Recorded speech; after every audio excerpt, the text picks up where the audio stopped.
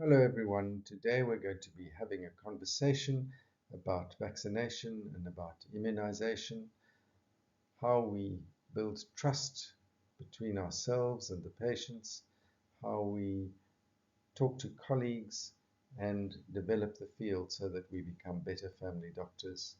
We all work in teams, and today I'm working with Penny. Penny is a community nurse who works in Cape Town in a clinic where mothers bring their babies for advice about growth and development and, of course, immunization. So, building trust for community immunity. Thanks for joining us, Penny, and really nice to have you out. Thank you for doing that too. It's really wonderful to have the images build our learning together. Why is vaccination so important? Well, hello everyone. We all know vaccination is life-saving, and yet so often vaccination coverage is not as it should be. And there's so many reasons for that, but parents are often very scared. And so these vaccination appointments are incredibly important moments to build trust with parents and so that parents are informed and empowered. They have too much information, they have incorrect information, and they seem to make their decisions um, using information that they've gained from friends and families and not often from medical people. So, when we were preparing, you said that extra time at the first immunization conversation, the first appointment is so important. How do you uh, value that time? How do you build it into your conversation or your consultation? I always try and set aside extra time, and that first, the trust building starts the minute you even greet the patient.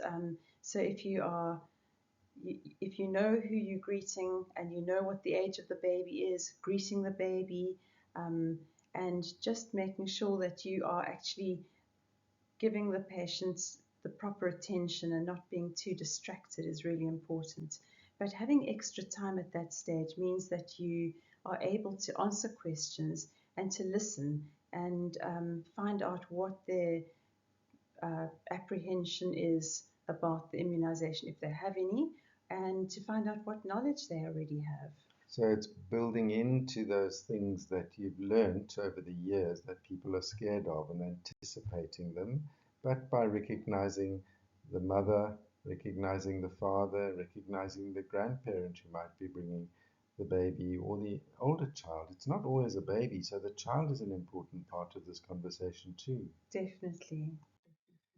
So there we are. You've said you greet, you use the child's name, and it's the mother's child or the caregiver's child. It's not just a public health measure. I think we lose track of the fact that it's such an important personal decision for a mother to make.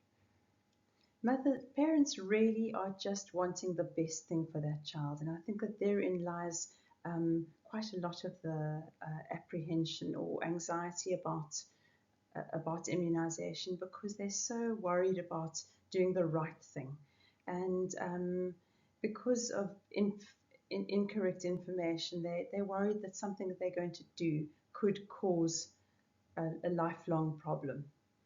And that's exactly the opposite of what we're intending and what they're intending. So just listening to that, hearing their concerns, and then enabling them to process that information with enough time. What's that mirror neurons here? Tell me how you model and how you interpret the mother's reaction in a way that's going to pacify the child, to enable the conversation to go well.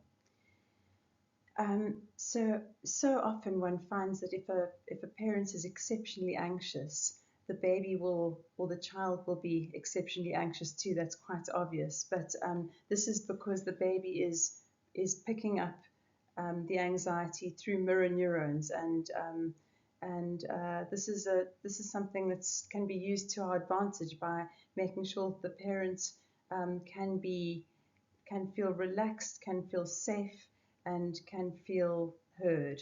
Um, and gauging what they feel and what they are anticipating is a bit of a trick, and I think it possibly comes with getting to know, having done it for a while. It's just being able to read the room a little bit and make sure that the parent feels very listened to. And so there you can feel the principles of family medicine: patient-centered care, good communication skills, being sure that we're understanding what the patient is saying rather than telling the patient what they should be doing and feeling. So just give us a little idea of what happens in your office when a mother brings perhaps a slightly older child, any child, but particularly a slightly older child. Tell us about the process. So usually we will have a look. I use the vaccination record as a bit of a teaching tool so that I can actually point out the child's age and what we're presuming to be giving at that point. And I never presume it's going to happen. I like to let the mother give me the go ahead once we've actually chatted through. So it is a kind of a situation of patient consent and patient and parents being happy to continue with So there's the an element of process. mutual decision making where the mother acquiesces or agrees. You say, now I think this is the way we should be going. The child is this age. This is the national schedule. These are the extra vaccines that are available, on perhaps privately if the state doesn't provide them. And are we actually understanding each other well? So, what vaccines are given, and I suppose that's just going to depend on what age the child is, also where in the world they are. Vaccine schedules do differ from country to country, and particularly because of what diseases are in the country and what protection is needed. So also using language like protection is a very good. It's a good word because parents want to know that they're protecting their child. Yeah, that's what they're there for. They're there to protect, and so going through the whole process of what would normally be given at the time, what we are protecting against, how their child might come in contact with something like rotavirus if they didn't have the protection.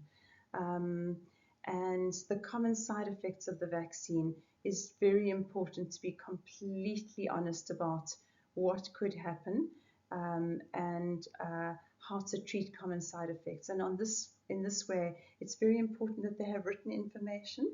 And I usually go through it all and then go through it again and ask and give time for questions, because it's a lot of information. And I find even if parents are medically trained, they do like to be treated as if they are parents that do not know anything. They like to actually have All the information. all the information. So, honesty, correct information, building of trust, an atmosphere of mutual decision making, and the trust, when it is established, allows you to proceed.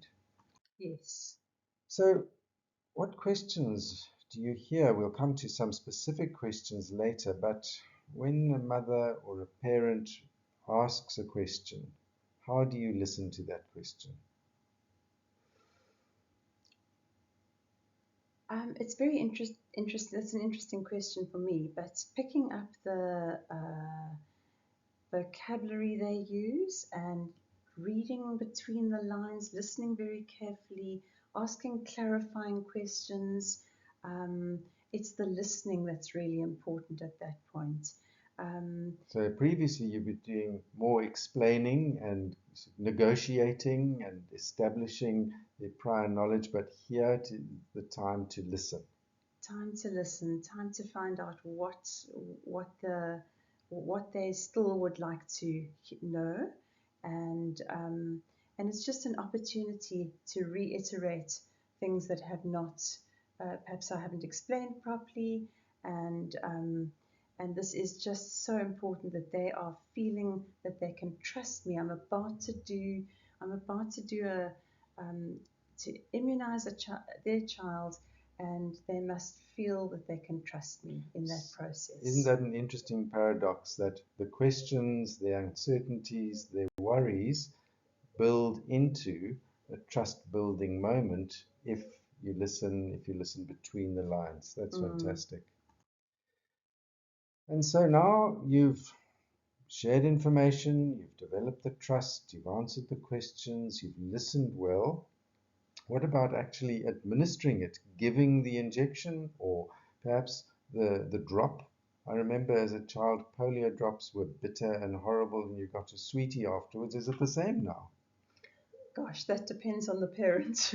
we tend not to give sweeties, but there's so much that can be done in the process of giving a nice immunization. What's this three-way conversation on the slide? The three-way conversation is about me talking to the child, and by doing so conveying some information to the parent.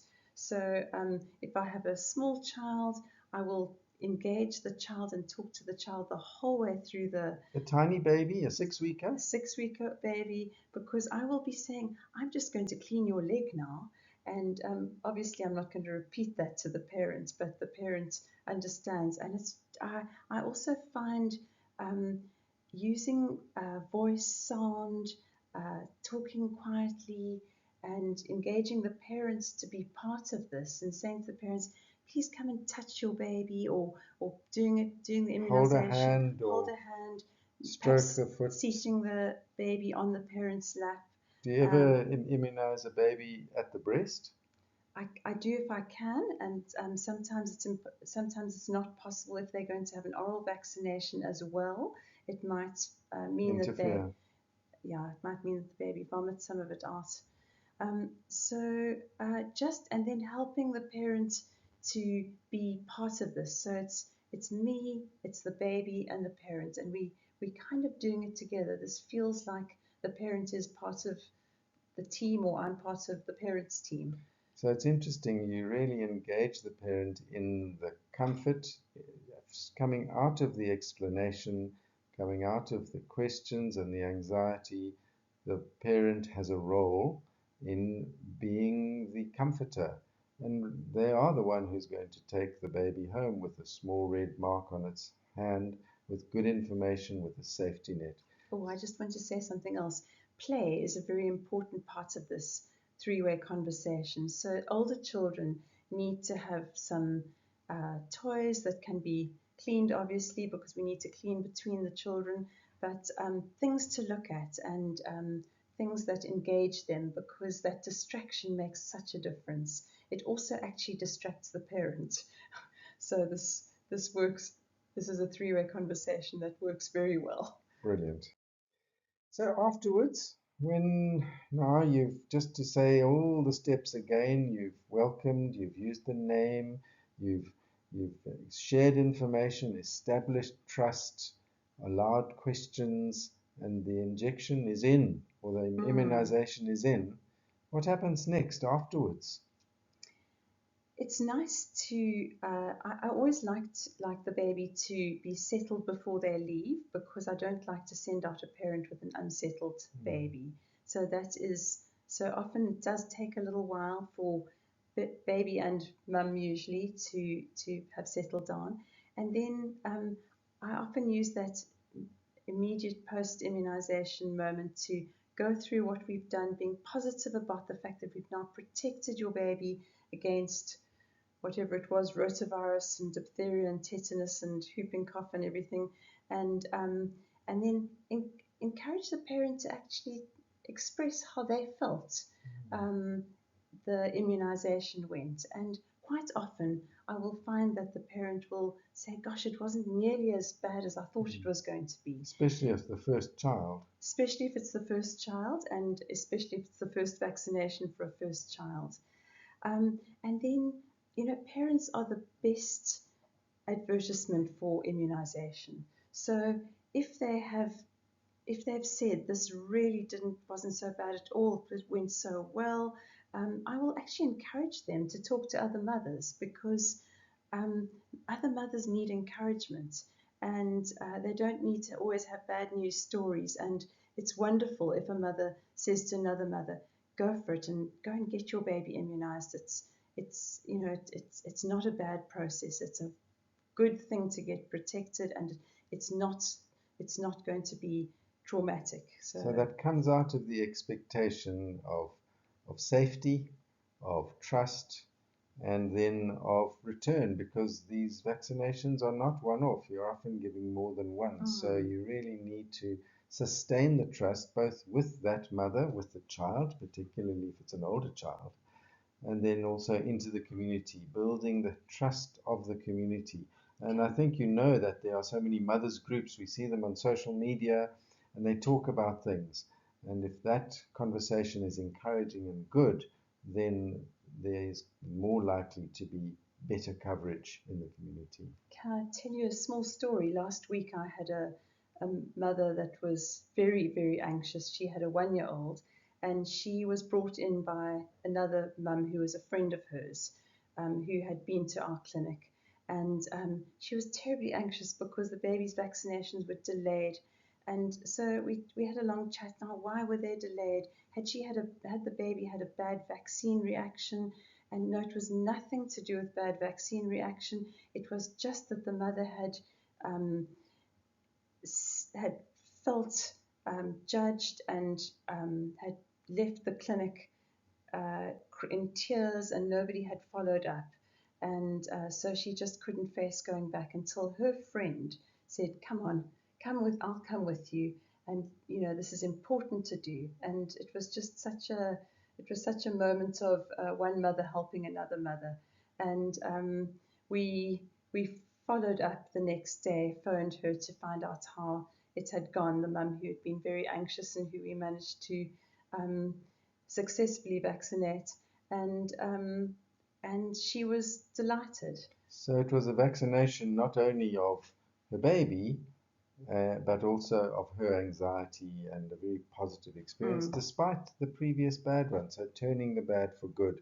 And so you said the word follow-up, you telephone, but you might also, well, you certainly need to give follow-up dates very specifically, and what the next part of this process is. That was a great story, and really just shows that social media is helpful, but really important conversations happen in a face-to-face way, with one mother talking to another. And that point that you made now about mothers being really good advertisements and very good advocates for the process and for a clinic, for safety, for trust, is important to build and to capitalize on. Shall we talk a little bit about some specific questions you face? I'm sure there are many, and these will be common across the world. But there's one. Is it still necessary to immunize my baby, as these diseases are not in my community? Well, with vaccine coverage uh, on the decline, these diseases sadly are actually popping up again. Measles has been found in all parts of the world. I know that in the Western Cape and in South Africa, we've had to have measles campaigns where nurses go to schools and creches to re-immunize children because the coverage was so bad. So I think it's important for them to understand that the absence of diseases doesn't mean that immunization mustn't be given. And particularly after COVID, where there was a drop off, and I know the WHO has described in a recent newsletter the fact that people couldn't access vaccination services during the pandemic, but there's been a lag and a hangover of that as well. So we really need to emphasize that, and that perhaps is one of the reasons for outbreaks like this. It's not just measles. Polio is not eliminated in the world. Polio is happening in pockets around parts of Africa at the very least. So we need to continue to be vigilant. We need to know that these diseases are reported by scientists, but conversations in social groups are just as important, and so communication is important. So we agreed that it is necessary to immunize children, though the diseases appear to be fading away as in the world. And then about safety, the old coconut, is this safe? Am I doing my baby a favor by vaccinating it, or am I putting them in danger? Yes, that's the question that I think is the most often asked. And I think just going through the fact that the testing of vaccines, specifically childhood vaccines, I think that all vaccines, but uh, these have been tested. They get retested on arriving in a new in the country, and there is so much emphasis on vaccine safety. And I can honestly say that as long as cold chain is maintained, which is a localized problem if there are power outages, as we've experienced in South Africa. So clinics need to have backup power sources, and yes, So this is. immunizations are safe because of many layers of checking, because of careful distribution, and because we know from years and years of giving them. As I said earlier, I can remember as a child going to the clinic in the next suburb from where we lived and having vaccinations and getting bitter polio drops, and it's a lifetime memory for me, in right at this stage of my life. So safety is established.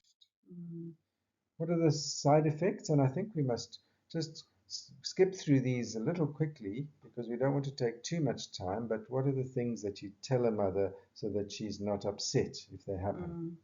um, to know that the baby might be irritable, but also might be a bit extra sleepy, because that's also an important thing.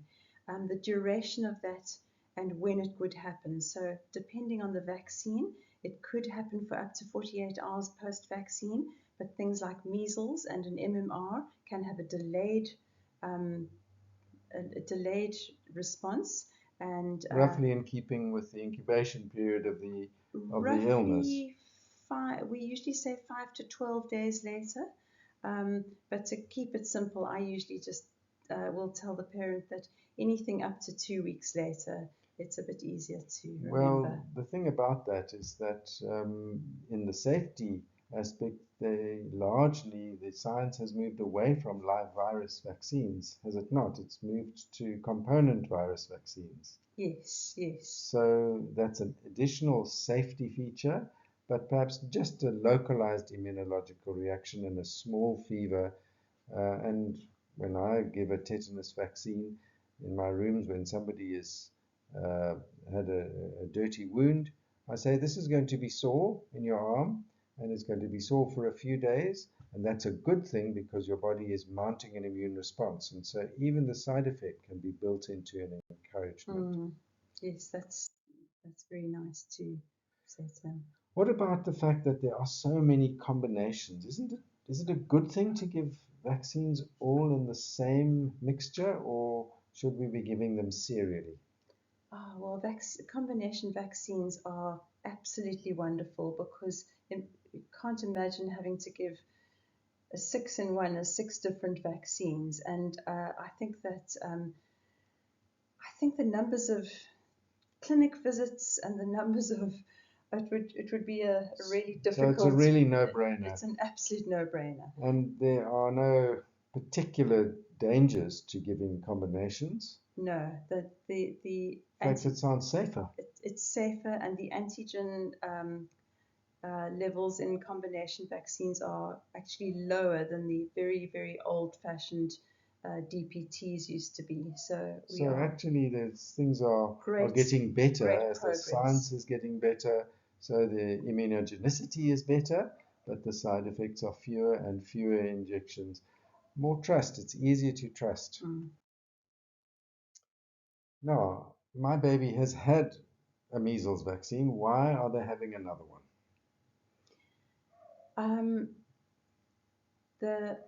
Some vaccines are given very early in life, and the baby doesn't seroconvert very effectively under a year.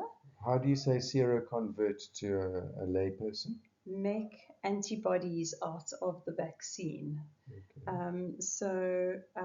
So some vaccines need to have a primary dose and then a booster dose in order to have reach enough protection level. I think that's brilliant. Enough Yeah. protection level. Yeah.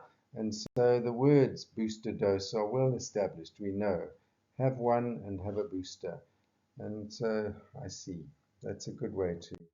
Extra protection is a good way to couch that, isn't it? I'm worried about my baby being so small. Why don't we wait until the baby's a bit older? Can I delay the vaccine schedule? Gosh, there are some medical situations where vaccine schedule could be delayed, but we encourage parents to have the vaccinations done on time because of the protection needed.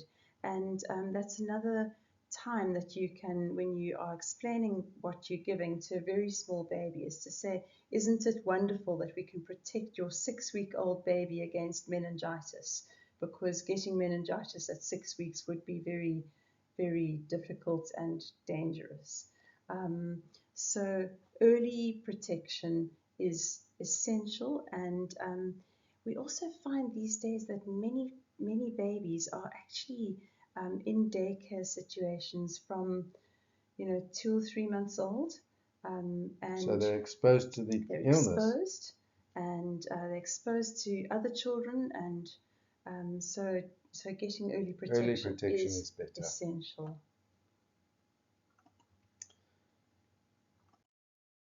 So there's a little summary of what we're doing. Building and maintaining trust. And I think you could hear the conversation of listening starts with listening. In other words, establishing what the parent knows, then unpacking or sharing a bit of extra information, sustaining the trust, providing good information, countering the absent information or poorly understood news, fake news, providing a safety net. These are the things that you might expect, but here are some red flags. A temperature of over 38.5. Please, here's a telephone number, here's the emergency center, providing continuity of care, both from that point, but also into the next visit. And then I think it was really clear from our conversation that person-centered care, and the people in this conversation are the mother, the father, the infant, the older child, the grandparent. Each person who might be in the room who is concerned needs to be thought about as being important in that. So I think that's a really helpful immunization conversation, framework for immunization conversation. There's our art that Penny has provided, and I'm not sure which of the tiles is about vaccination in this one. I suppose we could use the one right in the very middle, uh, the mask of COVID and preventing illness by another way. The bottom left, the common illnesses of childhood, infectious illnesses are right there, and you can see HIV is there, and there's no vaccination for that, but education is so important. Growth and development, and then just behind the images of the pictures of Penny and me, you've got putting the global effects of these important public health and personal health measures together to build the jigsaw puzzle of healthy families. So, thank you, Penny. That was a really good chat. I think that the students will love the story that you told, but particularly just to have some ideas of the questions that they might face when supporting other professionals in their communities or offering vaccination in their own clinics. How do you support the doctors and the psychologists and the physiotherapists that you work with in your office? We have wonderful conversations about our difficulties, and we have good conversations about good things that have happened. Because we see lots of very, very small, like micro-prem babies that are born incredibly small. It's just, we have such joy when we see them growing up and coming through and being fit and strong and protected against these horrible diseases. So there's continuity of care, both for the family, but also a sense of teamwork that you are building, and that helps to make this vaccination conversation stick for you and stick in your practice and also stick for the parents. Yes, yes. Thank you. Right, everybody, that's enough from us. We'll see you on the forums and during the sessions and collaborate lectures. Goodbye. Bye-bye.